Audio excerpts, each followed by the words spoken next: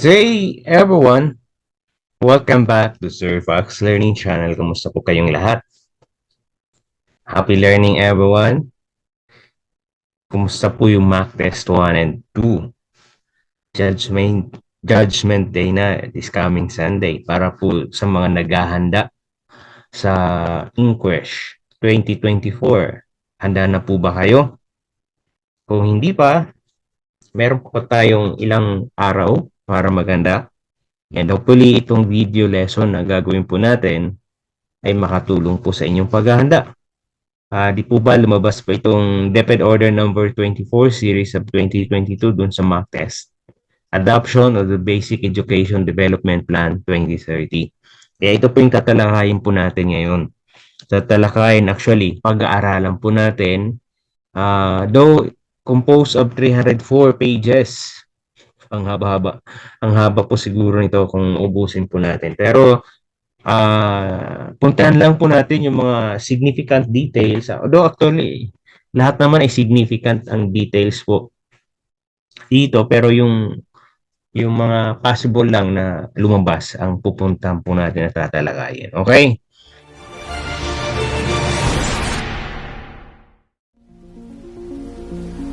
So, welcome back to Sir Fox Learning Channel. Stay tuned and learn happily. Let's discuss DepEd Order number 24 series 2022. Let us discuss and review this DepEd Order. Adoption of Basic Education Development Plan 2030.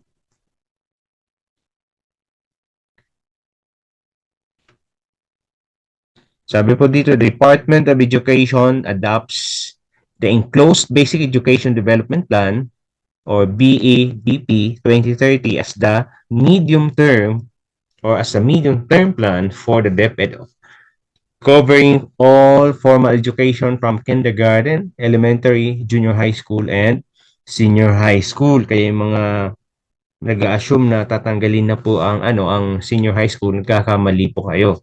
Kasi dito po sa Basic Education Development Plan 2030, kasama po ang senior high school as well as non-formal education through the Alternative Learning System or ALS. And this BEDP, Basic Education Development Plan, has been developed through a highly participatory and consultative process that considered the views and priorities of all stakeholders in the education sector. The Basic Education Development Plan 2030 is rooted in DepEd aspirations and priorities, national government development agenda, international commitments, and global trends in education adapted to the Philippine context. It describes the linkages to the relevant agencies in the early childhood, higher and technical and vocational education sectors.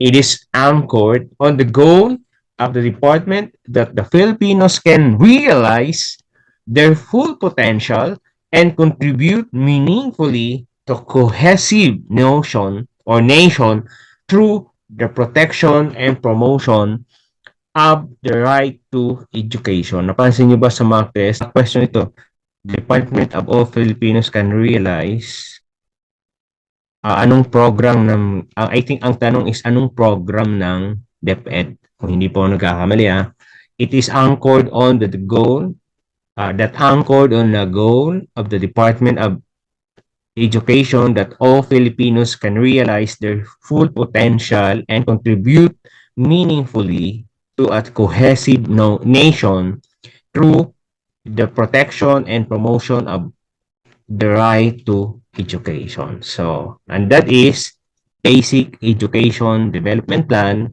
2030. Okay?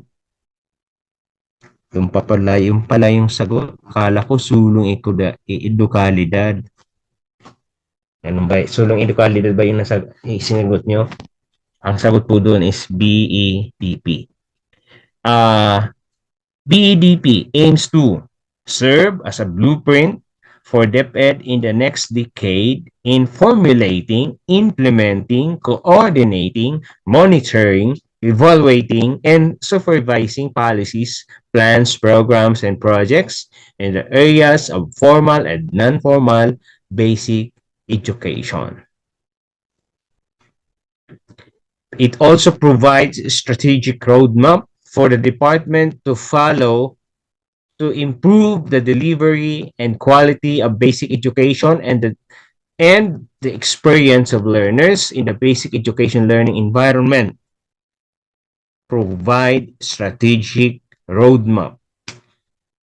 Address the immediate impacts of pandemic on learning and participation, addressing learning loss while deepening learning gains, close the remaining access gaps, confront the issues on education quality, and anticipate the future and education and introduce innovations to fostering resiliency and embedding the rights of children and the youth in the education. All right. All DepEd offices and units in all government levels shall align their policies, plans, programs with Basic Education Development Plan 2030. So this also be a living document serving as guide to all DepEd units and offices in their operational programming subject to the continuing review and emerging priorities of the incoming DepEd leadership. This order shall take effect immediately upon the approval, issuance, and publication online through www.deped.gov.ph.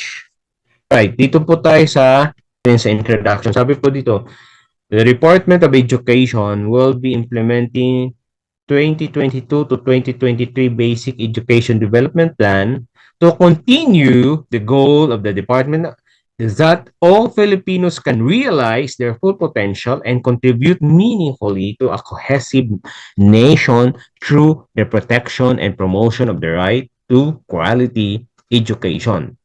The Basic Education Development Plan anchors on the Sulong Educalidad Framework. So naka-anchor siya sa Sulong Educalidad Framework, the Philippine Development Plan, and Ambition 2040.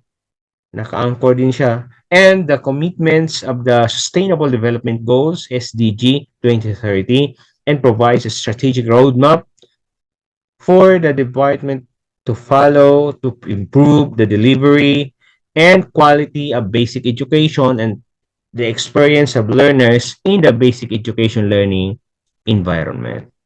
Mga challenges. The challenges that were identified in the basic education sector base sa analysis ni BESA can be classified as basic education sector analysis pala yan, yung BESA. Can be classified as an issue in access and efficiency, quality, and governance. For access and efficiency, the issue were the incremental increase in participation that is yet to reach universal access, the prevalence of out-of-school children and youth, and the lack of data on the universe of groups in situations of disadvantage. Issues that involve the quality of education are highly highlighted by the tests conducted various stages of K-12, particularly on the results on the reading and numeracy, the inadequate coverage of 21st century skills in teaching affecting test performance result, and girls outperforming boys in attendance and learning proficiency. Both access to education and quality of education are also affected by the learning environment and the learner's experience of joy. Okay. So priority development, taken for this, in response to the challenges and issues identified by BESA. education sector analysis. The Basic Education Development Plan puts forward 4 priority development areas. Ano yung mga to? Priority development areas ng Basic Education Development Plan.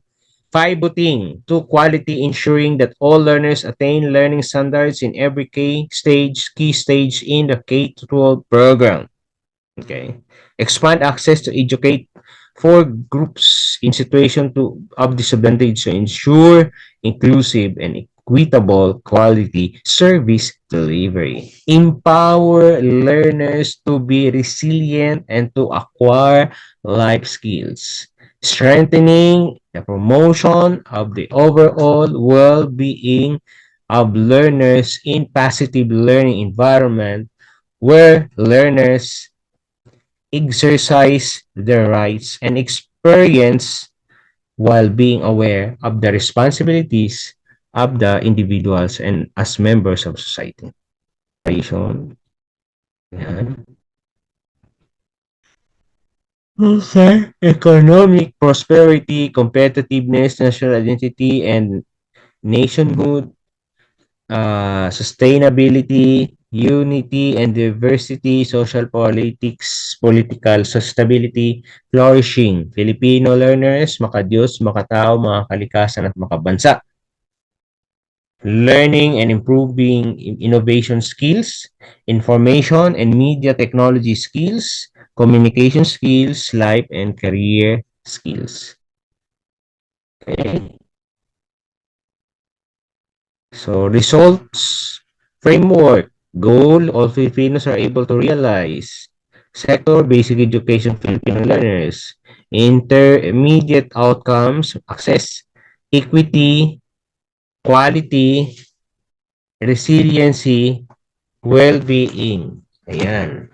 Ito po yung mga pillars ng basic education development plan. Access all school age children out of school youth and adults access relevant basic learning opportunities. Equity, disadvantaged school age children and youth and adults benefited from appropriate equity initiative. Quality, learners complete K-12 basic education having successfully attained all learning standards that equip the will and the necessary skills and attribute to pursue their chosen paths. Resiliency and well-being. Learners are resilient and know their rights and have their life skills to protect themselves and exercise their education-related rights. All right. Phase 1 daw, 2022 to 2026. Anong mangyayari dito sa Phase 1 sa implementation strategy?